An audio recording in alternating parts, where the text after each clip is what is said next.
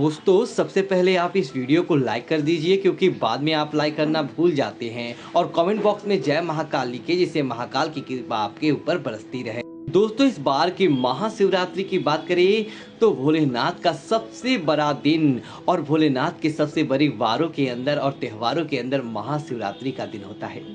महाशिवरात्रि के दिन दोस्तों हर कोई भक्त चाहता है भोलेनाथ से आशीर्वाद मिले, भोलेनाथ की कृपा उसके जीवन के अंदर मिले।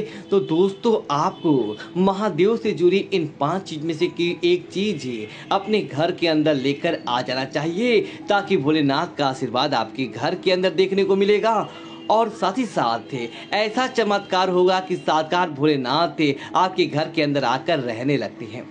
अगर दोस्तों मात्र कोई भक्त भोलेनाथ को प्रसन्न कर लेता है, उसकी आशीर्वाद ले लेता है तो दोस्तों वह तरक्की की सीढ़ियां चढ़ने लगता है। उसके जीवन के अंदर किसी भी प्रकार का कोई कष्ट देखने को नहीं मिलता।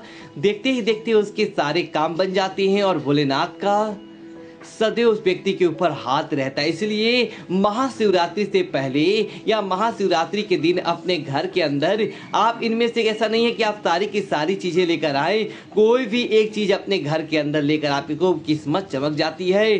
घर के अंदर लड़ाई झगड़ा होना, पति पत्नी के मध्य टकरार होना, ऐसी बातें होती है तो वो भी समाप्त होने लगता है क्योंकि दोस्तों उन चीजों के अंदर साक्षात भोलेनाथ के प्राण बसते हैं, साक्षात भोलेनाथ की आशीर्वाद बरसता है। इसलिए इन चीजों का विशेष महत्व होता है और महाशिवरात्रि के दिन इनका महत्व दोगुना बढ़ जाता है। इसीलिए इन चीजों का महत्व होता है और आपको ये चीजें अपने घर के अंदर लेकर जरूर आने चाहिए। दोस्तों आगे बढ़ने से पहले आपसे एक निवेदन है, वीडियो के कमेंट के नीचे जय भोलेनाथ जरूर लिखें और साथ ही साथ वीडियो को लाइक करें ताकि भोलेनाथ का आशीर्वाद आपको मिलता रहे। दोस्तों बात करते हैं चीज़ों के बारे में कि आपकी ऐसी कौन सी चीज़ें हैं जो आपको अपने घर के अंदर लेकर आनी चाहिए। तो दोस्तों के घर के अंदर पैसों की प्रसाद करवाती है, आपके जीवन के अंदर फायदा प्राप्त करवाती है। दोस्तों सबसे पहली चीज़ की बात करें तो दोस्तों भोलेनाथ का प्रसिद्ध और भोलेनाथ का प्रतीक माना जाता है शिवलिंग।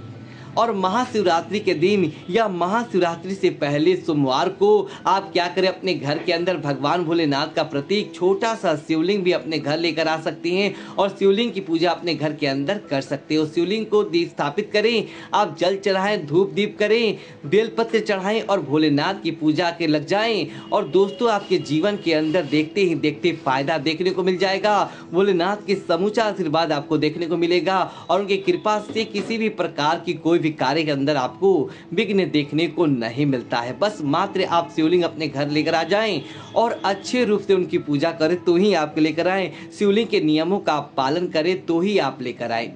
दोस्तों उसके बाद की बात करें तो दोस्तों बेलपत्र के अंदर साक्षात माना जाता है भगवान भोलेनाथ निवास करते हैं।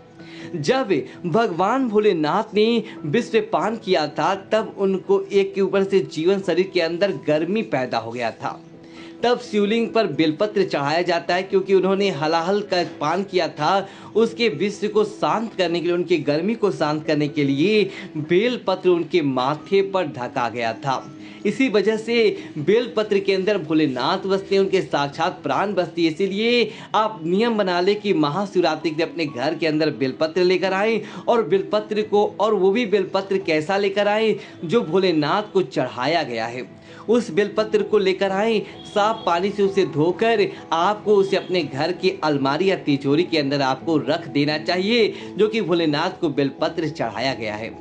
अगर आप इसको लेकर मात्र आती हैं तो समझ लीजिए कि आपकी किस्मत चमक जाती है, भोलेनाथ का आशीर्वाद आपके जीवन के अंदर बना रहता है और अगली महाशिवरात्रि तक आप इसे अपने घर के अंदर रखिए। आप देखेंगे कि आपके घर के अंदर किसी प्रकार की कोई समस्या नहीं आती। बेलपत्र जब चमकता है घर के अंदर धन की बरकत मिलती है और घर के अंदर तरक्की देखने को मिलता है, पारिवारिक खुशियां अपने आप ही देखने को मिल जाता है। दोस्तों अगली चीज की बात करें तो दोस्तों महाशिवरात्रि से पहले आपको पवित्र नदी का जल, जिसके अंदर गंगा जल होता है, गंगा जल को अपने घर के अंदर, दोस्तों गंगा जल साक्षात भगवान शिव की जटा से निकला है, मंगल साक्षात आप भगवान की जटा से निकली, जिसे बहुत ही पवित्र माना जाता है और जिसे भोलेनाथ को चढ़ाना चाहिए, शिवलिंग के ऊपर चढ़ाना चाहिए। तो आप क्या करें कि महाशिवरात्रि से पहले आप कहीं से भी अपनी व्यवस्था हो जाए, हरिद्वार से मंगवाएं या कहीं से भी आप मंगवाएं, गंगा जल को अपने घर के अंदर लेकर आएं और इसे नित्य इसकी एक बूंद अपने सामान्य जल के अंदर डालकर भगवान शिव का अभिषेक करें। उसके बाद देखेंगे कैसे आपके जीवन के अंदर तरक्की देखने को मिलता है, भोलेनाथ का आशीर्वाद आपके जीवन के अंदर देखने मिलता है और कभी भी किसी प्रकार की समस्याएं आपके घर परिवार के अंदर नहीं आता। इसलिए गंगा जल अपने घर के अंदर जरूर लेकर आए। भोलेनाथ का समझिए साक्षात भोलेनाथ का ही अंश गंगा जल होता है। दोस्तों इसी तरह एक नियम बना ले कि इस महाशिवरात्रि को अगर आप चाहते हैं कि जीवन के अंदर खुशियां बनी रहे, जीवन के अंदर मिठास बनी रहे, कोई भी आपका शत्रु ना रहे, तो आपको गंगा जल के साथ साथ आपको गन्ना रस भी जरूर लेकर आना चाहिए। दोस्तों परिवार के अंदर शांति की स्थापना करने हेतु और परिवार के अंदर खुशियां लाने हेतु गंगा रस का विशेष महत्व रहता है।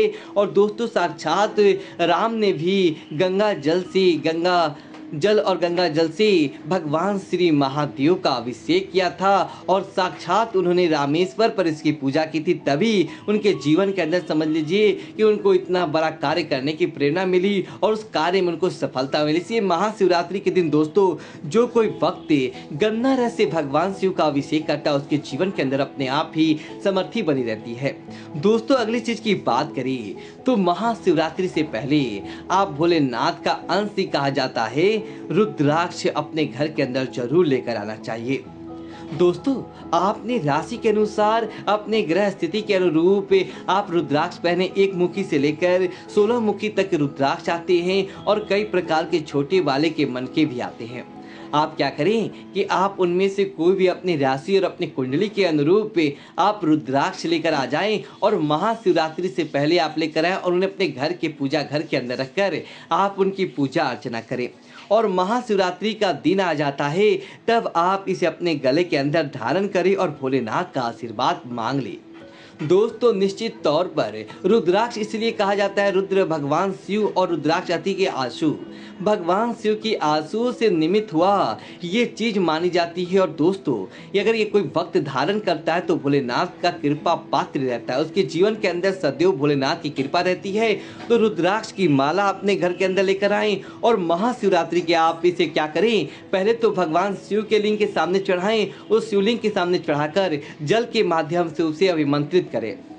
उसके बाद आप साक्षात इसे अपने गले के अंदर धारण करें और ग्रह कलेश समाप्त होता है, पत्नी के बीच मतलब टकराव समाप्त हो जाता है, आए दिन की जो झगड़ी होती हैं वो समाप्त हो जाती हैं बस मात्र आप इसको करने से। दोस्तों इसी तरह महाशिवरात्रि के दिन भोलेनाथ को जो जल अर्पित किया जाता है, शिवलिंग को जो कि कोई मंदिर के अंदर जल अर्पित किया जाता है, अगर आपसे व्यवस्था हो जाए तो भगवान भोलेनाथ को चढ़ाया गया जल आप अपने घर के अंदर लेकर आएं और अपने घर के अंदर लेकर आने के बाद क्या करें, लोटे के अंदर भर के लेकर आएं और भोलेनाथ से अपने सुखी जीवन हेतु प्रार्थना करें और उसे जो भी आपकी विकट परिस्थिति है उनकी प्रार्थना करें। उसके बाद क्या करें, भोलेनाथ से आप आशीर्वाद मांगे और उस जल को लेकर आप अपने पूरे घर के अंदर जो भोलेनाथ को चढ़ाया गया उस जल को लेकर आएं और अपने पूरे घर के अंदर उस जल का छिड़काव करें। भोलेनाथ से ओम नमः शिवाय इस मंत्र का आपको लगातार जाप करते रहना है और ओम नमः शिवाय मंत्र का जाप करते हुए आपको पूरे घर के अंदर आपको इस जल को छिटक देना है। दोस्तों भोलेनाथ का समूचा आशीर्वाद आपके जीवन के अंदर देखने को मिलेगा। दोस्तों इसी तरह कुछ चीज़ों के बारे में मनाही की जाती है जो भोलेनाथ को नहीं चढ़ानी जाती है और महाशिवरात्रि के दिन उन चीज़ों का उपयोग नहीं किया जाता है, ताकि आप भी जानकारी के अभाव में उन चीज़ों को आप भोलेनाथ को ना चढ़ा दें। जैसे कि दोस्तों तुलसी दल भोलेनाथ को नहीं चढ़ाया जाता है और इसी के साथ दुर्वा घास भी भोलेनाथ को नहीं चढ़ाया जाता है।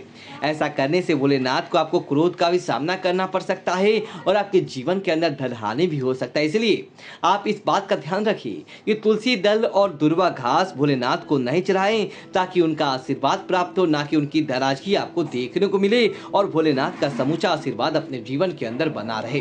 तो इसी तरह दोस्तों महाशिवरात्रि के दिन आपको भोलेनाथ का एक अच्छा सा चित्र, अगर आपके घर के अंदर महाभोलेनाथ का तस्वीर और मूर्ति नहीं है तो महाशिवरात्रि के दिन आप एक अच्छा सा चित्र या मूर्ति अपने घर के अंदर, परिवार के अंदर लेकर आ सकते हैं और अपने अपने घर के अंदर लेकर आकर महाशिवरात्रि के दिन इसे आप प्रण ली रेगुलर आप इनकी पूजा करेंगे तो निश्चित तौर पर आपके जीवन के अंदर अच्छा चमत्कार देखने को मिलेगा।